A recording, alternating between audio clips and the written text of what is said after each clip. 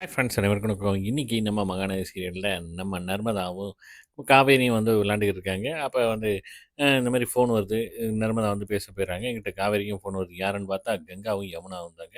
இந்த மாரி "உனக்கு வீடு வாங்கி குடுக்குறதுல வந்து எனக்கு இஷ்டம் இல்ல" அப்படின்ட்டு நம்ம கங்கா சொல்ல, "ஏன்?" அப்படின்னு வந்து கேட்குறாப்புல. அது வந்து அதெல்லாம் தெரியாது. ஆனா உனக்கு வந்து நான் குடுக்க முடியாது அப்படிங்கிறாப்புல.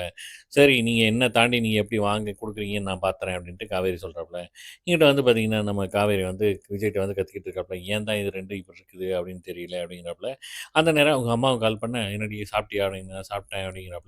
"தோசை சாப்பிட்டேன்" அப்படிங்கிறாப்புல. "உன் வயித்துல இருக்க குழந்தை இருக்கு. அதனால நல்லா சாப்பிடு" அப்படின்னு சொல்லிட்டு அட்வைஸ் பண்றாங்க.